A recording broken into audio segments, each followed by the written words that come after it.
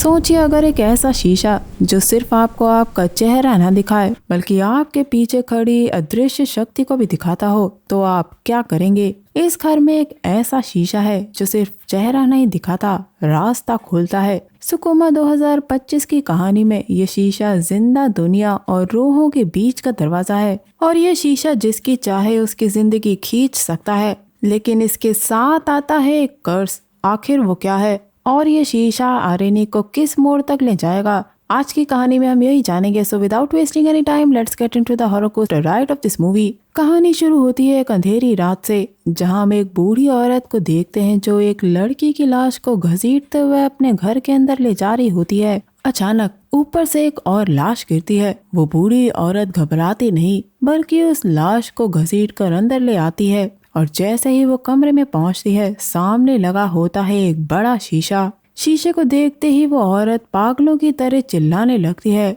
और शीशे पे अपना हाथ मारी जा रही थी। तभी पता चलता है कि वो लड़की मरी नहीं थी, वो बेहोशी से जाग जाती है। वो बूढ़ी औरत उस लड़की का सर शीशे की खिड़की पे पटक देती है और कहती है कि सब उसकी गलती है। जैसे ही वो उसका सर जमीन पे पटकती है यहाँ से सीन शिफ्ट होता है। कहानी आर्यनी पर आती है जो गहरी नींद में सो रही थी। तभी उसका पति कमरे में आता है और पूछता है, तुम कल रात कहाँ थी? आर्यनी समझ नहीं पाती क्योंकि वो कहीं गई ही नहीं थी। आर्यनी के पति को लगता है कि वो उसे धोखा दे रही है और उसके पीठ पीछे किसी और आदमी को घर बुलाती है, पर आर्यनी ने कभी भी अपने पति को धोखा नहीं दिया था। अचानक आर्यनी के पति को एक आदमी जाते हुए दिखाई देता है जो कि दूसरे रूम में खड़ा था, जिसे देखकर उसका पति उस पे चीखना शुरू कर देता है। पर दोस्तों असलियत में उस कमरे में कोई आदमी नहीं खड़ा था, वो सिर्फ आर्यनी के पति को ही दिख रहा था। उसकी ऐसी हालत देख के आर्यनी उसे दवा लेने को कहती है, पर उसका पति कहता है कि मैं पागल नहीं हूँ और ये कहकर वो घर छोड़ के चला जाता है। कहानी 2 साल आगे आती है। आर्यनी अब दूसरी शादी कर चुकी है और उसका नया पति है परम और आर्यनी का बेटा इयान। परम का ब्रांच ऑफिस एक छोटे शहर में होता है, इसलिए ये लोग वहाँ बने घर में शिफ्ट होते हैं जो काफी पुराना था। घर के अंदर जाते ही एक चीज सबसे पहले नजर आती है, एक बूढ़ी औरत की पेंटिंग जिसमें उसका पति साथ खड़ा था। आर्यनी को घर पसंद आ जाता है, पर हम वहाँ उसी बूढ़ी औरत को देखते हैं और ये है श्री जो इस घर की केयर टेकर है, क्योंकि उस घर के मालिक ने श्री को उस घर की देखभाल करने को कहा था, इसीलिए वो 35 साल से उस घर की देखभाल कर रही है। श्री आर्यनी लोगों का सामान रखने में उसकी मदद करती है। हम देखते हैं कि यान फल वाली को अपने साथ लेकर आया था, वहीं पास के बच्चे भी उसके साथ खेलने आते हैं। फल वाली से फल खरीद के आर्यनी सभी बच्चों को फल देती है। अंदर जाते हुए श्री बताती है कि वो घर के पीछे ही रहती है। रात में परम ने यान को सुला दिया था, जिसके लिए आर्यनी उसे थैंक यू कहती है क्योंकि परम उससे अच्छे से बिहेव करता है और यान को अपना बेटा समझता है। जबकि दोस्तों यान आर्यनी और उसके पहले पति का बेटा है। ये कहकर वो परम को हक करती है और उसे किस करना शुरू कर देती है, पर परम उसे रोक देता है क्योंकि अभी उसके पास आर्यनी के लिए एक और सरप्राइज था जो कि थी सिलाई मशीन, बिल्कुल वैसी ही जैसे आर्यनी के पास पहले थी, जिसे देखकर आर्यनी काफी खुश थी। अगले दिन हम यान को उसके दोस्तों के साथ हाइड एंड सीक खेलते हुए देखते हैं, जिसमें वो एक दरवाजे को खोलकर वहां जाकर छुप जाता है जो काफी पुराना था, पर वहां की जमीन पर एक और दरवाजा बना था जिसके ऊपर यान बैठा था। इसका पता चलते ही यान उसे खोल देता है, जिस वजह से वो नीचे जाके गिरता है जहाँ एक अलग ही कमरा बना हुआ था। वहाँ रखे सारे शीशे चादर से ढके हुए थे, जिसे यान हटाने की कोशिश करता है और अपने आप को शीशे में देखकर खुद को ही डराने की कोशिश करता है। तभी ऊपर की छत हिलने लगती है और जैसे ही वो शीशे की तरफ देखता है एक पल के लिए शीशा हिलता है और उसी वक्त उसी की परछाई शीशे से उसे डराती है, जिससे यान वहीं बेहोश हो जाता है। ऊपर यान का दोस्त छुपा हुआ था और जब आर्यनी अपने बेटे को ढूंढते हुए उसके पास आती है तो यान का दोस्त बताता है कि वो काफी समय से यान का वेट कर रहा है, उसने यान को कहीं नहीं देखा। अब आर्यनी अपने बेटे को ढूंढना शुरू करती है। इसी वक्त परम घर आता है, जिसे आर्यनी सब कुछ बताती है और ये दोनों यान को ढूंढना शुरू करते हैं। परम को वो दरवाजा दिख जाता है और इन्हें नीचे यान मिल जाता है। अपने बेटे को वापस पाके आर्यनी की सांस में सांस आती है। तभी श्री वहाँ आती है, जिससे परम वहीं रुककर यान की देखभाल करने में उसकी मदद मांगता है। रात में पूरी फैमिली सो रही होती है और एकदम से ही यान हवा में ऊपर उठ जाता है, जिसके बाद वो नींद में चलना शुरू कर देता है। वो बोले जा रहा था, छोटा बच्चा, मानो उसे छोटा बच्चा दिखाई दे रहा हो। पर दोस्तों सामने खड़ी थी श्री जो डरावनी हंसी हंसकर उसे बुला रही थी और यान उसके पीछे चल देता है। उधर कमरे में परम की आँख खुलती है। जब उसे ईयान दिखाई नहीं देता तो वो ईयान को ढूंढते हुए बाहर आता है और देखता है कि ईयान पियानो पे अपना सर बार बार मार रहा था, जो कि अभी भी नींद में था। आर्यनी की भी नींद खुल गई थी और अब वो अपने बेटे को वापस रूम में ले आती है। दोस्तों, नींद की हालत में ईयान ने अपने घर की ड्राइंग बनाई थी जिसमें सूरज काला था। अब अगले दिन परम आर्यनी से पूछता है कि क्या ईयान को नींद में चलने की बीमारी है, पर ईयान कभी भी नींद में नहीं चला था और ये बात परम भी जानता है। तभी वहाँ कुछ मजदूर आते हैं जिन्हें नीचे के कमरे से चीजों को निकालने के लिए बुलाया गया था। दोस्तों, मजदूर उस शीशे को ऊपर लेकर आते हैं जो नीचे ढका हुआ रखा था। इसके बारे में आर्यनी परम से पूछने के लिए उसे आवाज लगाती है तो हम उस शीशे में आर्यनी की डरावनी परछाई देखते हैं, जिसका एहसास आर्यनी को भी होता है। जैसा कि कभी कभी आपको भी लगा होगा कि आपने कोने में कोई हलचल महसूस करी है। मजदूर जब शीशे को लेकर आ रहे थे तो उस समय हम शीशे में बूढ़े आदमी को बैठा हुआ देखते हैं। पर हमने वो शीशा बाहर निकलवाया था, पर अगर आर्यनी को पसंद नहीं तो वो उसे वापस वहीं रखवा देगा। तभी वह असरी आती है जो शीशे को देखकर कहती है कि वो अभी भी अच्छी कंडीशन में है, इसीलिए ये लोग शीशे को रखने का डिसाइड करते हैं। दोस्तों, उस दिन ईयान का पिता हेनरा आता है जो वहाँ के होटल में रुका हुआ था। वो अपने बेटे को कुछ देर के लिए अपने साथ ले जाना चाहता है क्योंकि काफी वक्त से उसने अपने बेटे के साथ समय नहीं बिताया है। वो ईयान से कहता है कि वो साथ में स्विमिंग करेंगे और खूब खेलेंगे। ईयान भी अपने पापा के साथ जाना चाहता था पर आर्यनी उसे जाने नहीं देती, लेकिन फिर भी ईयान के कहने पर वो मान जाती है और हेनरा से कहती है कि शाम होने से पहले वो ईयान को घर ले आए क्योंकि उसने परम से परमिशन नहीं ली है। और हेनरा अपने बेटे को लेकर चला जाता है। अब काफी रात हो गई थी और तेज बारिश हो रही थी, पर अभी तक हेनरा अपने बेटे को लेकर नहीं आया था। परेशान आर्यनी ने ये बात परम को बता दी थी, इसलिए दोनों उस होटल की तरफ निकल ही रहे थे कि उसी वक्त हेनरा ईयान को लेकर आता है। आर्यनी ईयान को ले जाती है। वह हेनरा पे काफी गुस्सा करती है क्योंकि वो फोन उठा नहीं रहा था। हेनरा कहता है कि वो बाइक चला रहा था, उसने इंतजार किया कि वो बारिश रुक जाए। वो आर्यनी से पूछता है कि क्या उसे उस पर भरोसा नहीं है, पर आर्यनी का मानना है कि अगर उसे उस पर विश्वास नहीं होता तो उनकी शादी 5 साल से भी कम वक्त के लिए ही चलती। पर हेनरा ने उन्हें कभी भी सेफ महसूस नहीं कराया, इसलिए आर्यनी उसे परेशान न करने को कहती है। तब हेनरा आर्यनी का हाथ जोर से पकड़कर बोलता है कि वो अभी भी ईयान का पिता है। ये देखकर परम उसका हाथ छुड़वाता है और हेनरा से उन्हें कुछ वक्त देने के लिए कहता है। दोस्तों, उस रात आर्यनी को एक सपना आता है जहाँ वो पहाड़ के ऊपर थी और सामने वही पुराना शीशा था। वहाँ एक औरत अपनी 2 बेटियों के साथ बैठी हुई थी। एक लड़की भागते हुए शीशे के अंदर चली जाती है। आर्यनी को समझ पाती उससे पहले ही वो औरत गायब हो चुकी थी और शीशे में आर्यनी को वही लड़की खड़ी नजर आती है जिसे शुरुआत में मार दिया गया था। आर्यनी शीशे की दूसरी तरफ देखती है पर शीशे के पीछे कुछ नहीं था। वो एकदम नॉर्मल लग रहा था, पर वो लड़की उस शीशे के अंदर खड़ी थी। आखिर ये शीशा क्या है और इस शीशे के अंदर चल क्या रहा है? तभी अचानक से वो लड़की शीशा तोड़ के आर्यनी का गला दबाना शुरू कर देती है। तभी उस सपने से आर्यनी की आंख खुलती है। वो बाथरूम में अपना मुंह धोने के लिए आई है। वहाँ का बल्ब फ्लिकर होके टूट जाता है और पीछे से ईयान भागता नजर आता है। उसका पीछा आर्यनी करती है और देखती है कि अब उसका बेटा उस शीशे में कैद हो चुका है, पर आखिर वो वहाँ कैसे पहुँचा? आर्यनी उसे बाहर निकालने के लिए शीशे पे जोर से मारती है, पर अब ईयान शीशे में दिखाई नहीं दे रहा था। ये देख के आर्यनी पागलों की तरह चिल्लाती है। तभी शीशा उसके ऊपर गिरता है और आर्यनी की आंख खुलती है। घबराई आर्यनी अपने बेटे को देखने उसके रूम में जाती है तो ईयान वहाँ से सच में गायब था। अब वो नीचे आके देखती है तो श्री ईयान को गोद में लेकर चेयर पर झूल रही थी। श्री बताती है कि ईयान नींद में चल रहा था, इसीलिए उसने ईयान को सुला दिया है, पर आर्यनी अपने बेटे को लेकर वहाँ से चली जाती है। अगले दिन आर्यनी वीडियो कॉल पर अपनी कलीग को अपनी ड्रेस की डिजाइन दिखा रही होती है। वो उसे ट्रेंडी बनाने की कोशिश कर रही है। उसकी कलीग उसे सजेशन देती है कि वो नेक लाइन को लोअर कर दे। ये लोग बात कर ही रही होती हैं, तभी पीछे से परम आता है जो आर्यनी को वहाँ से जाने के लिए कहता है। इसलिए आर्यनी ने अपनी कलीग को 2 मिनट होल्ड पे रखा था। आर्यनी को समझ नहीं आ रहा था कि परम क्या कह रहा है, पर दोस्तों यहाँ एक ट्विस्ट आता है क्योंकि दोस्तों आर्यनी की कलीग को आर्यनी के पीछे कोई खड़ा दिख ही नहीं रहा था। वो उसे बताती है कि वहाँ कोई नहीं खड़ा है, तो आर्यनी किससे बात कर रही है? ये सुनते ही आर्यनी जब वापस पीछे मुड़ के देखती है तो वहाँ कोई नहीं था। आर्यनी ने परम को शीशे के जरिए देखा था, इसलिए अब वो उसे देखने बाहर जाती है और वीडियो भी ग्लिच हो रहा था। उसकी कलीग को आर्यनी की चिल्लाने की आवाज सुनाई देती है। घबराई आर्यनी किसी को फोन मिला रही थी, लेकिन उसकी आवाज कलीग को सुनाई नहीं दे रही थी और कॉल कट हो जाता है। किसी चीज ने आर्यनी को काफी डरा दिया था, इसीलिए परम आके उसे संभालता है अगले दिन आरनी शीशे को अच्छे से देख रही थी, तभी उसे ऊपर से जोर से धमाके की आवाज सुनाई देती है। वापस आके वो शीशे के पास जाकर उसे पीछे से देखने की कोशिश करती है।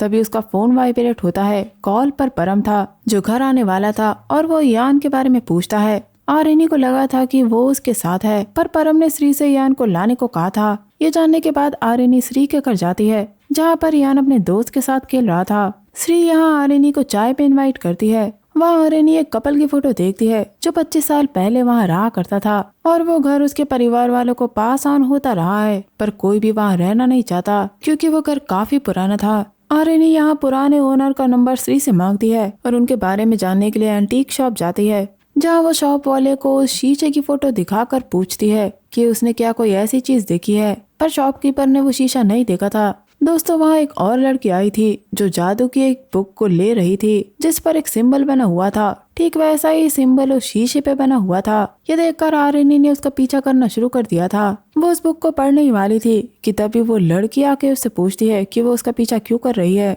आरनी यहाँ उसे सारी बात बताती है कि किताब पे जो सिंबल बना हुआ है, वैसा ही सिंबल उस शीशे पे बना है जो उसके घर पर रखा है। जब वो उस घर में शिफ्ट हुए थे, वो शीशा तब भी वही था, और उसे लगता है कि उस शीशे में कुछ गड़बड़ है। ये बातें उस लड़की को उसकी बहन की याद दिला रही थी, जिसने घबराकर उसे फोन किया था और कॉल पे शीशा बोला था।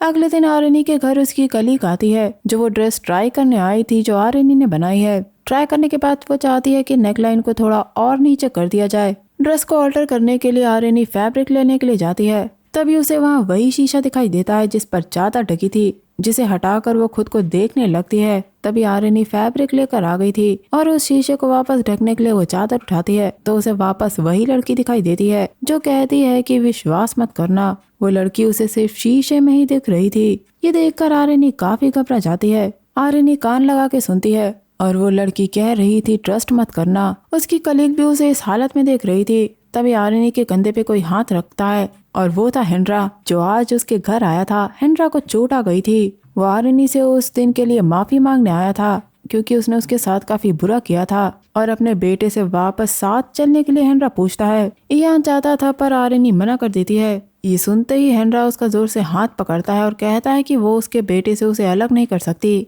आरनी बताती है कि उसने जोर से उसका हाथ पकड़ा है, और उसी समय वहाँ परम आता है जो हेनरा को वहाँ से जाने को कहता है। गुस्से में हेनरा उसके ऊपर हमला कर देता है और पूछता है कि आखिर वो कौन है, पर परम ने उसे वहाँ से भेज दिया था। दोस्तों, यान को समझ नहीं आता कि उसकी माँ उसे उसके पापा से दूर क्यों रख रही है, इसीलिए उसकी माँ उसके लिए बुरी बन चुकी थी। साथ ही वो परम को अपना पिता नहीं मानता क्योंकि परम बुरा है जो उसे उसके पिता से दूर रख रहा है। ये देखकर आरनी परम से इयान को साइकेट्रिस्ट को दिखाने को कहती है। उसे लगता है कि हेनरा की तरह ही इयान भी स्किज़ोफ्रेनिक है, क्योंकि हेनरा ने उसे एक बार बहुत बुरी तरह घायल कर दिया था और वो अपने बेटे को सेफ रखना चाहती थी, इसलिए दोनों अलग हो गए थे। इसके बाद हम आरनी को कपड़े सिलते हुए देखते हैं, तो उसे शीशे में श्री की जगह दूसरी बूढ़ी औरत जाते हुए दिखाई देती है, पर उसके घर से श्री ही बाहर गई थी। ये देखकर आरनी शीशे के पास वापस जाती है और उस पर हाथ मार के खटखटाती है। वो उस पे कान लगाकर सुनने की कोशिश करती है और अब शीशे की दूसरी तरफ से शीशे पर अक्षर उभर आते हैं। ये देखकर आरनी एकदम हैरान रह जाती है।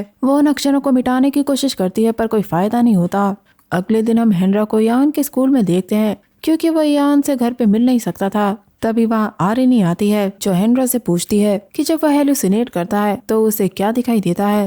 हेनरा को समझ नहीं आता कि आरनी ऐसा क्यों पूछ रही है। तब आरनी उसे शीशे पे लिखे हुए अक्षरों की फोटो दिखाती है और बताती है कि कल शीशे पे शब्द उभर कर आए थे जिसे उसने मिटाने की कोशिश करी थी। हेनरा यहाँ इन शब्दों को डिकोड कर लेता है और पता चलता है कि वो एक एनाग्राम है, यानी कि एक नाम जो कि है सुकमा, यानी कोई आरनी को मैसेज दे रहा है। इसके बाद आरनी उसी बुक वाली लड़की से मिलती है जो आरनी को अपनी फैमिली फोटो दिखाती है। आरनी बताती है कि फोटो में दिख रहा घर वही है जहाँ अभी वो रहती है।